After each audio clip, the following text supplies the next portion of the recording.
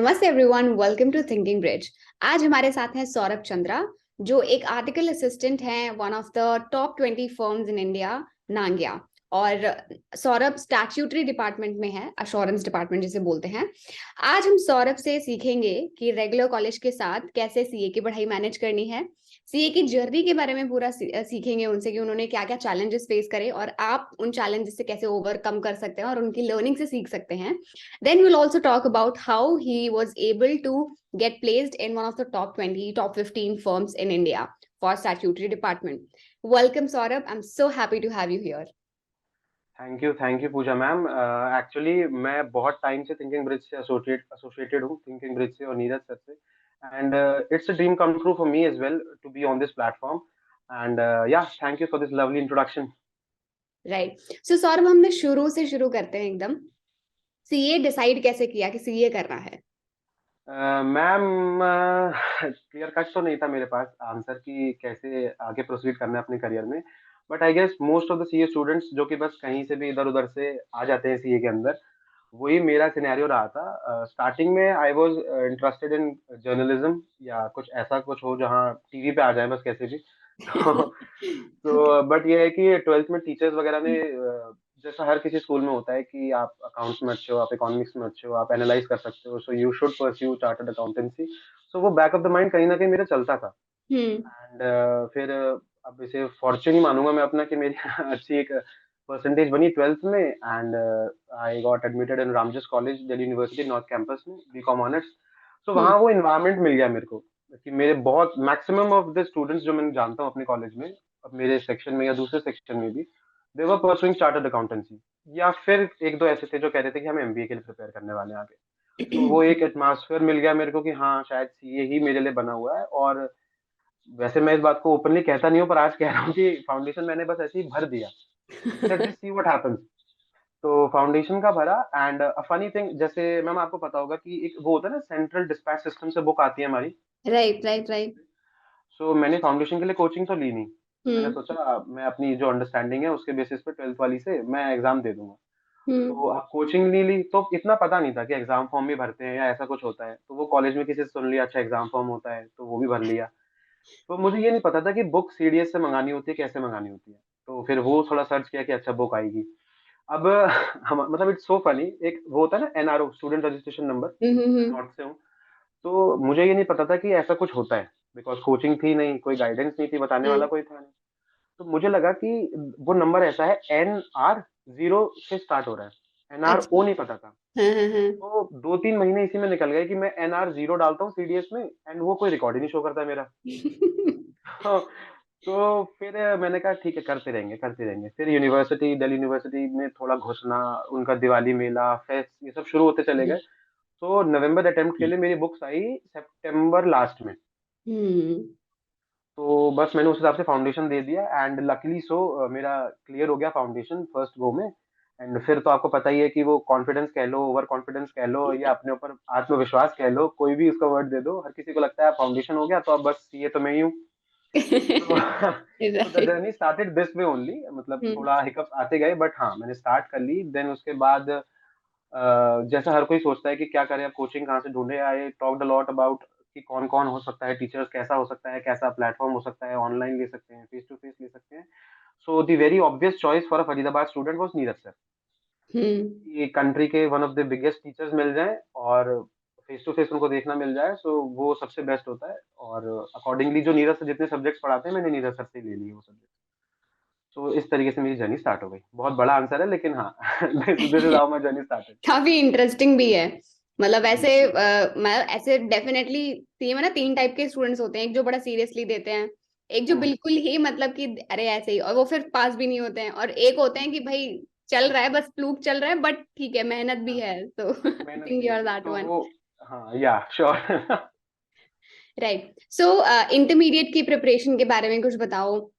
कैसे प्रिपेयर किया, मतलब एक गो में सारे दोनों ग्रुप्स क्लियर हो गए या ग्रुप सिंगल वाइज आपने दिया? मैम एक्चुअली इंटर की प्रेप मेरी थोड़ी ज्यादा बताने लायक भी है कि कैसा हुआ, बिकॉज मतलब इसके थोड़े अंदर इसमें लर्निंग्स भी है कि हम कोई चीज को कैसे शुरू करते हैं और you don't know how things are going to be in the future. तो जर्नी मैंने स्टार्ट करी, मैंने कोचिंग्स लेना शुरू किया। नीरज सर का नाम मैं ले लेता हूँ क्योंकि मैं उसी प्लेटफॉर्म पे हूँ। बाकी और भी जो टीचर्स है, one of the biggest teachers जो भी हैं अपने अपने सब्जेक्ट्स में, रिस्पेक्टिव सब्जेक्ट्स में, उनसे मैंने कोचिंग स्टार्ट करी। लेकिन कोविड आ गया। कोविड के बाद आपको पता है सारी चीजें तहस नहस होती चली गई। एंड उसके बाद 2020 से लेकर और 2022 तक हमारी फैमिली में बहुत सारे इश्यूज होने लग गए कि ना, बहुत सारे लोगों की डेथ होती चली गई, बहुत बहुत ही क्लोज रिलेटिव्स की डेथ हुई। एंड कोविड की वजह से नहीं हुई, नेचुरल डेथ्स हुई। सो हमारी फैमिली जो है, मतलब हम उत्तराखंड से हैं।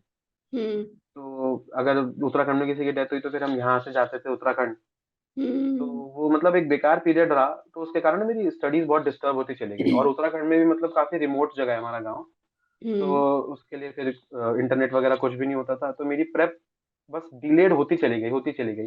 एंड शायद एक स्टूडेंट के लिए एक अच्छा डिसीजन नहीं होता अपनी पढ़ाई को इतना डेफर कर देना, just for right family. But उस समय मुझे लगा था कि मुझे अपने पापा को ज्यादा सपोर्ट करना चाहिए इस चीज के अंदर, क्योंकि मेरे पास मैं ही ड्राइव करके लेके जाता था, तो वो टाइम वहां चला गया। तो मेरी प्रेप ऑल्दो बहुत शुरुआत में बहुत अच्छी थी। डीटी आईडीटी मेरे लिए बहुत अच्छे सब्जेक्ट्स थे, मैं बहुत अच्छा स्कोर करता था। नीरज सर बहुत कहते थे कि हाँ आपका डीटी अच्छा है। बट वो प्रेप बहुत ज्यादा डेफर होती चली गई। सो मैं हम्म अटेम्प्ट दे पाया अपना इंटर ग्रुप 1 इन May 22। ओ राइट मेरा डेफर इतना ज्यादा हो गया बिकॉज ऑब्वियसली कॉलेज भी था, तो वो अल्टीमेटली हम्म देना तो तब भी, आर्टिकलशिप तो स्टार्ट तब भी नहीं कर सकते थे। करेक्ट करेक्ट करेक्ट तो बट वो होता है ना कि हाँ करके निपटा के छोड़ दो फिर कॉलेज करके, हाँ, एंजॉय वो करो बैगेज ना लेके चले लोग। राइट करेक्ट हाँ, पर वो ये कि एक रोड मैप नहीं था, और फिर चीजें हम्म अनसर्टेन इतनी चीजें होती चली गई। सो अल्टीमेटली मैंने अपना अटेम्प्ट दिया May 22 ग्रुप 1। हम्म एंड वो हो गया क्लियर। May 22 ग्रुप 1 तो क्लियर हुआ। उसके बाद आई थॉट अब थोड़ी प्रेप स्टार्ट करते हैं, लेकिन क्योंकि कोविड आ गया था और वैसे भी चीजें अच्छी नहीं थी लाइफ में, तो मुझे ये था कि मुझे बस घर से बाहर निकलना है, लोगों हम्म से बात करना शुरू करना है, बिकॉज मैं बहुत ज्यादा घर के अंदर रह गया था।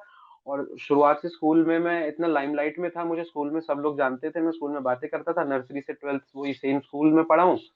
तो वो आदत थी इतना बोलने की, 3-4 साल बिल्कुल एक बंद कमरे में रहना वो बड़ा बेकार हो गया था। तो आई हम्म थॉट अटेम्प्ट की बाद में सोचेंगे, पहले वो आईटीटी और ओसी शुरू करते हैं। हम्म तो मैंने ओरिएंटेशन शुरू करी। मुझे ओरिएंटेशन का बैच नहीं मिला, लेकिन मैंने बैच लिया फरीदाबाद से नोएडा। ओके सो डेली मैंने अप डाउन किया कि बस मैं नोएडा जाऊंगा, लेकिन मुझे लोगों से बात करनी है। एंड ओरिएंटेशन मेरे लिए बहुत अच्छा एक्सपीरियंस रहा। मैं तो सभी को लिंक्डइन पे भी अब यही बोलता हूँ कि भाई ओसी को थोड़ा सा सीरियसली लो।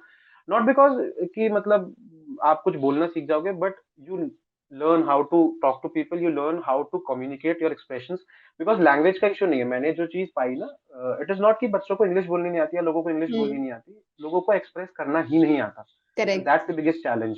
मतलब अब मैं आर्टिकलशिप के लिए भी मैं इंटरव्यू दे चुका हूँ, आर्टिकलशिप के लिए सिलेक्ट भी हो चुका हूँ, मैं क्लाइंट्स के पास भी जा रहा हूँ। एंड आई हैव ऑब्जर्व कि इंग्लिश इतना बड़ा रोड चैलेंज ब्लॉक नहीं है। Hmm road block is how to express yourself. तो एक्सप्रेस करना लोगों को नहीं आता। एंड ओसी में मैंने ये चीज देखी, समझी, खुद तो बोलना सीखा ही, लोगों को भी मैंने बोला, मोटिवेट किया कि आप बोलो। सो ओसी हुई, आईटीटी हुई, एंड उसके बाद मैंने सोचा मैं अपना अटेम्प्ट देता हूँ नवंबर में। नवंबर नवंबर 22 के लिए, या नवंबर हम्म के लिए मैं बिल्कुल गियर्ड अप था कि मैं अपना अटेम्प्ट दूंगा। एंड अनफॉर्चुनेटली सो मेरा अटेम्प्ट नहीं हुआ क्लियर नवंबर में। ओह तो आई या am this is a sorry revelation यहीं जो यहीं पे हो रहा है। हम्म मतलब मैं बहुत बेयर मिनिमम मार्क्स से रहा हूँ, शायद 3 या 4 मार्क्स से मैं रहा नवंबर में। ओके एंड अब आई वाज शैटर्ड कि अब क्या करें। मतलब मैं आई लिटरली क्राइड कि अब क्या करना है, बिकॉज अब इतना समय इसमें देने के बाद ना आई फील सीए के अंदर एक ये शायद प्रो है या शायद कौन है, आई डोंट नो। बट आप जब इतना दलदल के अंदर पैर डाल देते हो ना, तो यू रियली, आप समझ नहीं पाते कि क्या करना है। मतलब अब it is okay to leave और it is okay to stay here, वो समझ हम्म नहीं आता। मतलब एक काफी टॉक्सिक रिलेशनशिप बन जाती है इंस्टीट्यूट के साथ हमारी। कि यू डोंट गेट कि क्या करना है। हम्म तो अब रिजल्ट आया उस दिन, मैं समझ नहीं पाया कि क्या करना है। मेरी मम्मा ने, मेरी दी ने मुझे बोला कि कोई बात नहीं, इट्स ओके, मतलब failure is a part of this course. And ये तो कोर्स भी ऐसा है कि यहाँ आपको, आप आसपास देखोगे फेल वाले ज्यादा मिलेंगे एब्सोल्युटली पार्ट में। सो मैंने कहा अब मैं क्या करूँ। आई वॉज श्योर कि मैं अब घर पे तो नहीं बैठ सकता पढ़ने के लिए, I have to move out. मुझे घर, तो हम्म घर से बाहर निकलना है अब, बी इट आर्टिकलशिप और बी इट अ जॉब।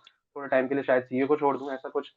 सो मैंने अपने एक फ्रेंड से बात करी कि भाई क्या करना है आर्टिकलशिप के लिए। सो ही सेड कि भाई तू चाहता है तो अपना रेज्यूमे बिल्ड कर। तो आर्टिकलशिप के बाद मैंने सोचा कि बस नाउ इट्स द टाइम, अब मुझे करना है। एंड थिंकिंग ब्रिज से मैंने ऑडिट का कोर्स लिया, ऑडिट मास्टर क्लास जो फ्लैगशिप कोर्स है। मैं कहा भाई पहले इसको निपटाते हैं। वो हम्म किया। एंड मैं सारे प्लेटफॉर्म से आपके टच में हूँ, स्किल 91 हो, लर्न पर्सनल फाइनेंस हो, जितने भी प्लेटफॉर्म्स है ना आपके, मैं उन पर टच पे हूँ। एंड जो टॉप नॉच कोर्सेज है, मैंने, मेरे को लगता है मैंने सारे कर ही लिए हैं आपके पास से, तो वो हम्म मैंने करे। मैंने अपना रेज्यूमे को बिल्ड किया। एंड रेज्यूमे के लिए शायद हम इस टॉपिक को बाद में फिर दोबारा टच करें। रिज्यूमे पे मैंने बहुत ज्यादा टाइम स्पेंड किया है। एंड चाहे तो आप, हम शायद यहाँ पे डिस्कस भी कर लेंगे अपने रिज्यूमे, लेकिन रिज्यूमे पे मैंने बहुत टाइम स्पेंड किया। एंड उसकी वजह से मुझे फर्म्स ने शॉर्टलिस्ट करना शुरू किया। तो हम्म रिज्यूमे पे मैंने टाइम दिया अपना, इवन दो मेरा रिजल्ट अच्छा नहीं था, मैंने रिज्यूमे पे अपना टाइम दिया। मतलब ये मैं पहले से कर रहा था, हम्म ऑब्वियसली वो स्पीड अप हो गया क्योंकि मुझे पता लग राइट गया अब तो समय आ चुका है। तो रिज्यूमे पे टाइम दिया, अपने कोर्सेज मैंने थिंकिंग ब्रिज से कंप्लीट करिए। अपने लिंक्डइन को मैंने बहुत ज्यादा पुश किया है। मतलब मैं लिंक्डइन पे, actually LinkedIn is my go to social media these days. मतलब मेरा व्हाट्सएप नहीं चलता, मेरा लिंक्डइन चलता है उससे ज्यादा। LinkedIn is the go to app. मतलब मैं आर्टिकलशिप के साथ साथ जो ऐप चला रहा हूँ वो लिंक्डइन है।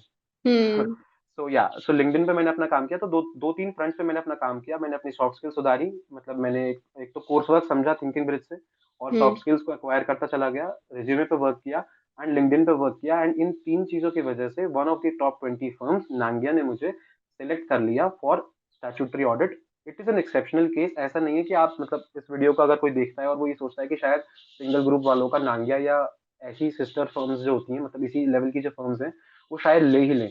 हम्म तो मतलब और चीजें भी होती हैं। तो आप, मतलब ये तो पैराडॉक्स चलता ही है कि दो ग्रुप क्लियर होने के बाद भी बड़ी फर्म्स नहीं लेती, और कभी हम्म कभार सिंगल ग्रुप के बाद भी ले लेती हैं। So there that. Correct correct correct correct.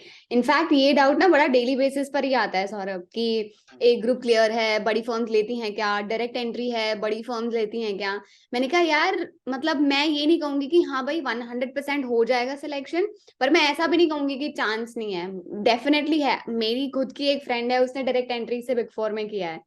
So, बिल्कुल like, obviously, it depends obviously on a lot of factors, and one factor being your own communication skills and technical skills. Like, वो तो ऐसी चीज है कि अगर वो नहीं होगा तो फिर you don't stand a chance there, right? So, बिल्कुल। ये चीज है। वो तो So, बिल्कुल अपना, भी नहीं है। हाँ जी, हाँ जी, हाँ हाँ लिसनिंग। प्लीज बोलो। तो मतलब हमारे कोर्स, हमारे कम्युनिटी के अंदर ना, मैंने एक चीज ऑब्जर्व करी है, पता नहीं शायद लोग बाग हेट भी करें इस आंसर को सुन के, कि ना हमारे यहाँ शायद लोगों को क्वेश्चन पूछना नहीं आता, या शायद लोगों को अपना ही आंसर चाहिए। बिकॉज एक एक plain answer can not suffice everybody's queries. ये कभी हम्म भी नहीं हो सकता।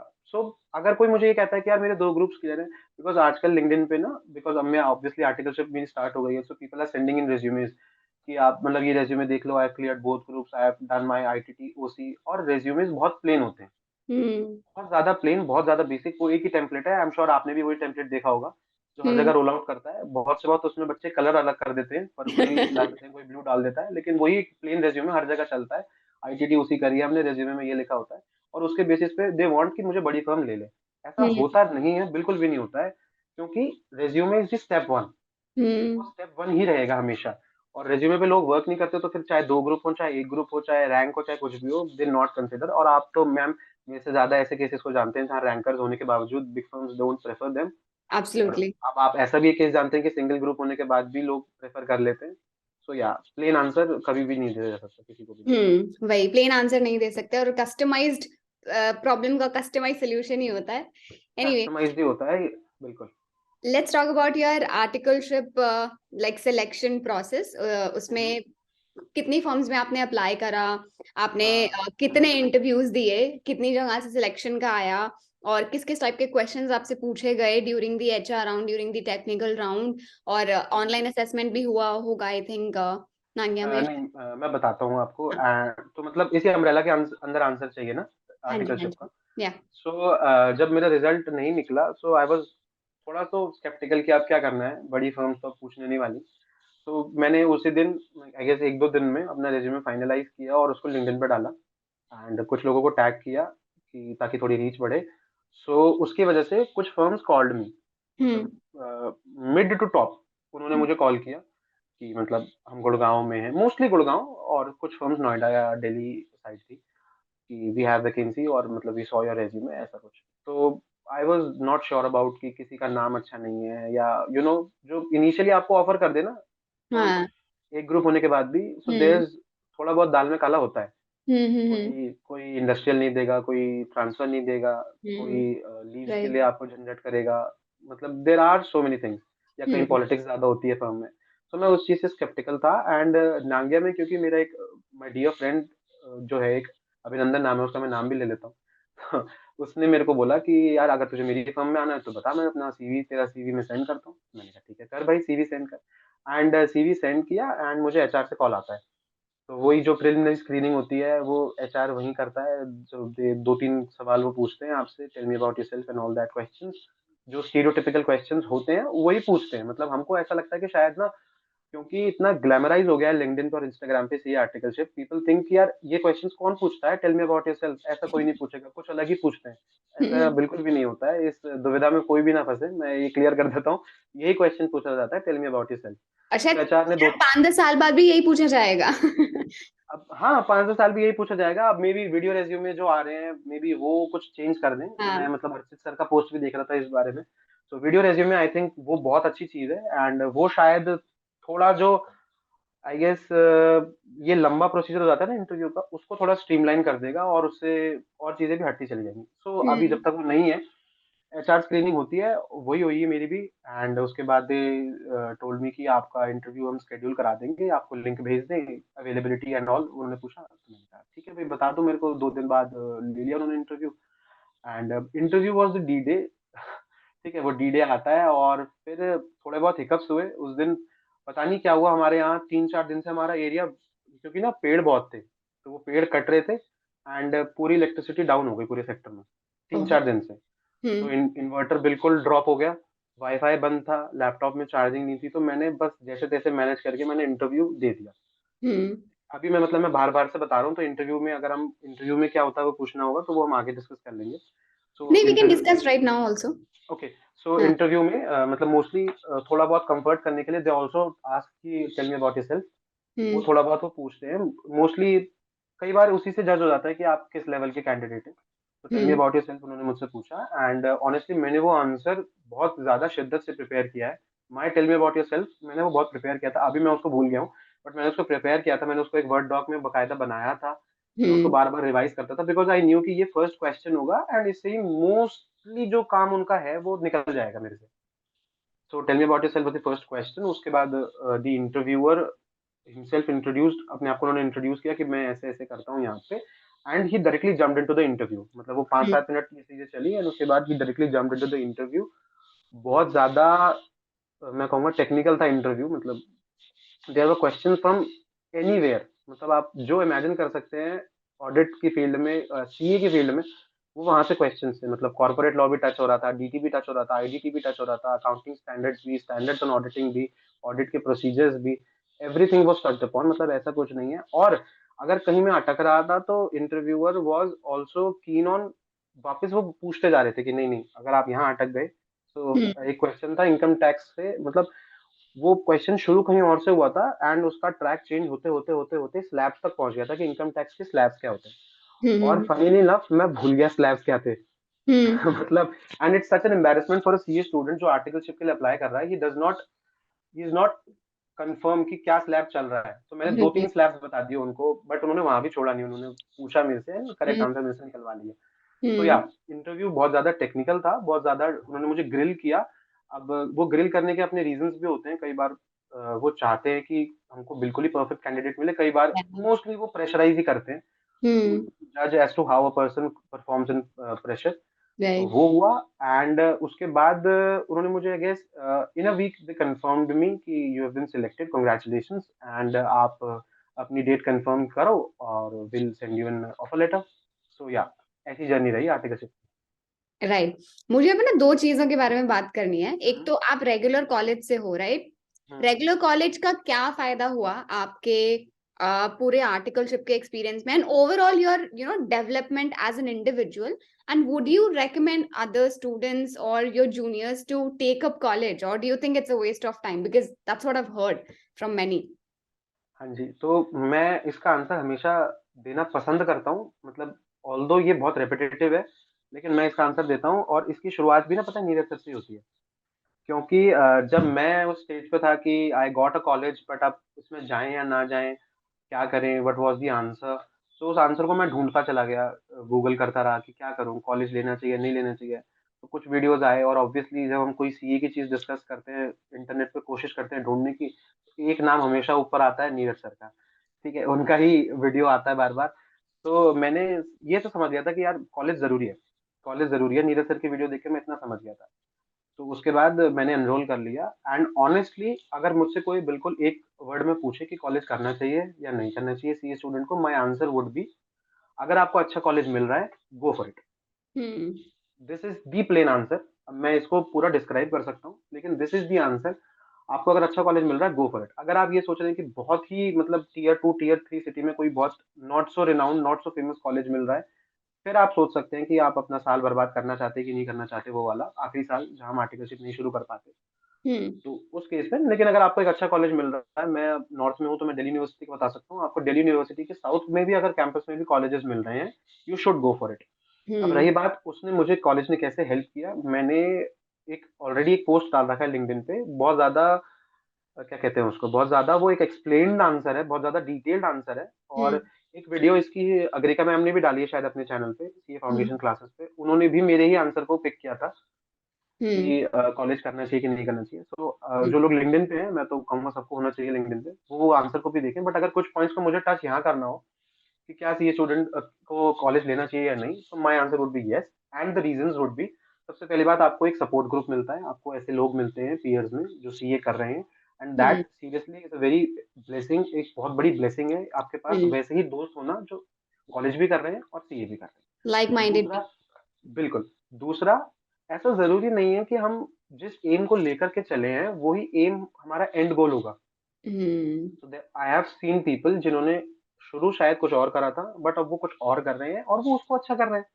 हम्म तो होता ये है कि आप जब अपने आप को घेर के रख लेते हैं to a certain category of opinion only, तो हम्म फिर आपको लगता है कि CA is the end of life, और वो नहीं होता, जो कि रिजल्ट्स दिखाते हैं कि कई लोगों का नहीं होता। तो फिर हम्म हमें दुख होता है। तो कॉलेज का होता क्या है कि कई बार हम शुरू किसी और चीज से करते हैं एंड अल्टीमेटली हम कोई और चीज कर रहे होते हैं कॉलेज में।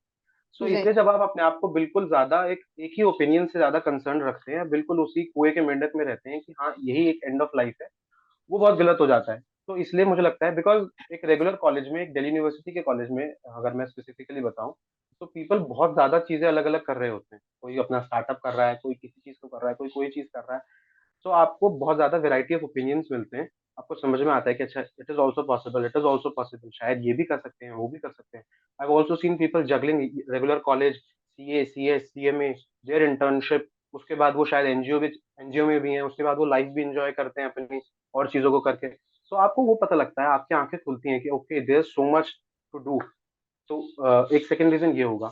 एक और रीजन ये होगा कि आपको मेंटोर्स मिलते हैं, मतलब ये दिल्ली यूनिवर्सिटी के अंदर अगर आप कॉमर्स से ग्रेजुएशन कर रहे हैं, सो आप, देर आर हाई चांसेस कि आपके पास कोई रिनाउंड प्रोफेसर ऐसा होगा जो खुद भी एक सीए होगा। तो you hmm get to understand कि अच्छा, मतलब ऐसा भी हो सकता है। एक तो करियर ऑप्शन मिल जाता है कि शायद प्रोफेसर भी बन सकते हैं, और दूसरा एक पर्सनलाइज गाइडेंस भी मिल जाती है कि अच्छा ऐसे आप सब्जेक्ट को कैरी फॉरवर्ड कर सकते हैं। वो है। उसके बाद आपकी कम्युनिकेशन स्किल्स ऑब्वियसली बहुत ज्यादा बिल्डअप होती है, मैं ये नहीं कहूंगा मेरी बहुत ज्यादा ही अलग है, बट हम्म अगेन आपको थोड़ा बोलना आता है, लोगों से इंटरेक्ट करना आता है। और वन थिंग जो सीरियसली लैक करती है हम सीए स्टूडेंट्स में, वो यही है कि हमें कम्युनिकेशन हमारा बहुत ज्यादा हिला हो रहता है। जब हम्म कम्युनिकेशन आ जाती है आपको, आई गेस यही रीजंस बहुत ज्यादा सफिशिएंट हैं। और जिन लोगों के पास ये नहीं होता ऑप्शन, उन लोगों हम्म को बिल्कुल एक अच्छा कॉलेज मिले और एनरोल कर लेना चाहिए, एक साल उसमें लगाना। और वो एक साल लगता भी नहीं है, मतलब मेरे, आप अगर, मैंने एक लिंक्डइन पे पोस्ट डाला है, मैंने ये भी बताया कि आपको आखिरी साल के अंदर क्या क्या चीजें कर लेनी चाहिए। फॉर एग्जाम्पल, यू शुड अपनी जो भी आपको अगर थोड़े बहुत कोर्सेज करने हैं, फॉर एग्जाम्पल मैंने थिंकिंग ब्रिज से किया था, तो आप हम्म थिंकिंग ब्रिज या ऐसी कोई प्लेटफॉर्म से अपने कोर्सेज कर सकते हैं, एक्सेल को अपना परफेक्ट कर सकते हैं, लिंक्डइन को इम्प्रूव कर सकते हैं। मतलब लिंक्डइन को इम्प्रूव करना अभी भी ये बोलना पड़ रहा है, it is not a good thing. मतलब आज से 2-3 साल पहले ही नीरज सर ने कितने वीडियोस में ये बताया था, कितने बच्चों ने नीरज सर के पॉडकास्ट पे आके बताया था, और इसलिए मैंने भी वहीं से सुना है। तो लिंक्डइन को आप इम्प्रूव कर सकते हैं आखिरी साल के अंदर, अपनी स्पोर्ट्स वगैरह खेल सकते हैं, दिल्ली यूनिवर्सिटी के फेस्ट को एंजॉय कर सकते हैं, हम्म थोड़ी बहुत, थोड़े और चीजों को देख सकते हैं। वो सारी चीजें आपकी होंगी, अपने रिज्यूमे बिल्ड कर सकते हैं, कुछ इंटर्नशिप्स करनी है वो कर सकते हैं। तो there so much to do, ऐसा कुछ नहीं है कि वो एक साल वेस्ट हो जाता है। You get to hmm learn so many other things. And I guess ये रीजन सफिशिएंट है मेरे हिसाब से रेगुलर राइट कॉलेज को ऑप्ट करने के लिए। Right. Let's talk about present. अभी एक ग्रुप अभी पेंडिंग है, राइट? हम्म। और आर्टिकलशिप भी चल रहा है, लिंक्डइन पर भी आप थोड़ा एक्टिव रहते हो। How are you managing all these things? अभी चल रहा है मैम एक्चुअली। पता नहीं ऐसा क्यों है कि मुझे अच्छा काम मिलता जा रहा है आर्टिकलशिप के अंदर। अब इट्स अ ब्लेसिंग, मैं ऐसे इस बात को डिस नहीं कर रहा। एक ब्लेसिंग है कि मुझे my seniors are so much concerned about me. वो मुझे बताते हैं कि कैसे अपना काम करना है, कैसे मुझे क्लाइंट्स को एलोकेट किया जाता है, मुझे समझाया जाता है कि क्या करना है। तो वो चल रहा है। एंड पढ़ाई को अभी मैंने थोड़ा थोड़ा सा साइड कर रखा है बिकॉज मतलब ऑनेस्टली मेरे को रिविजन्स करने हैं। एंड छुट्टी के लिए जब मैं बात करूंगा तो लास्ट मंथ और सो आई रिवाइज। मतलब मेरे को मोस्टली आता है, थोड़ा रिवीजन रह रहा है, वो भी करेंगे। एंड लिंक्डइन तो फिर अब शुरुआत में इट वाज मस्ट की, क्योंकि मुझे खुद को जॉब चाहिए थी, मुझे खुद को राइट। इंटर्नशिप चाहिए थी, आर्टिकलशिप चाहिए थी। अब लिंक्डइन मस्ट इसलिए हो गया क्योंकि मुझे लोगों को हेल्प करना है।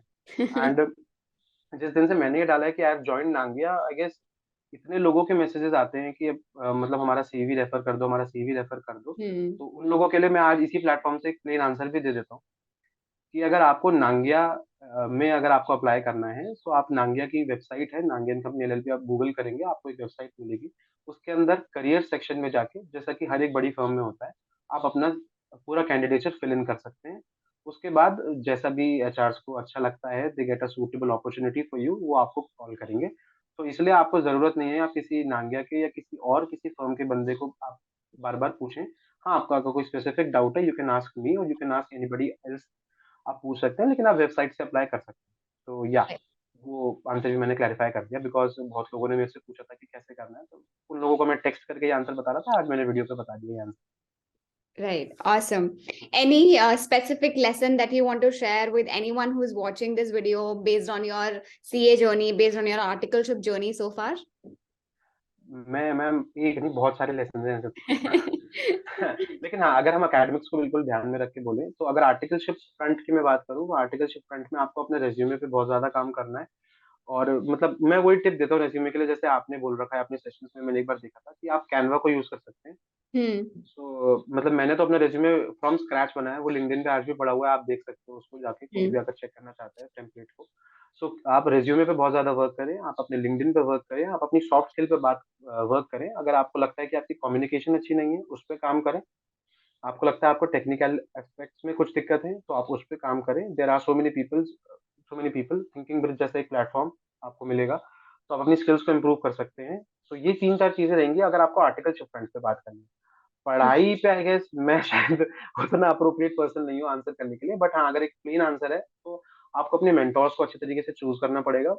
एंड उनके आंसर्स को कई बार ब्लैक एंड व्हाइट मान के फॉलो करना पड़ेगा कि ये जो बोल दिया ये पत्थर की लकीर है, ये फॉलो करना है। Because Hmm. स्कूल में होता क्या है कि हम आर्डेंट फॉलोअर्स होते हैं अपने टीचर।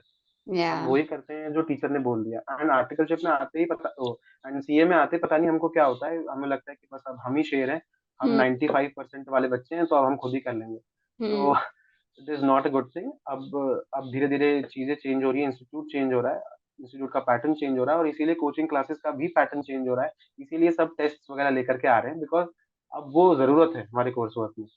तो वो Correct. कीजिए, अपने अपने मेंटोर्स को अच्छे से चूज कीजिए, दैट इज स्टेप वन।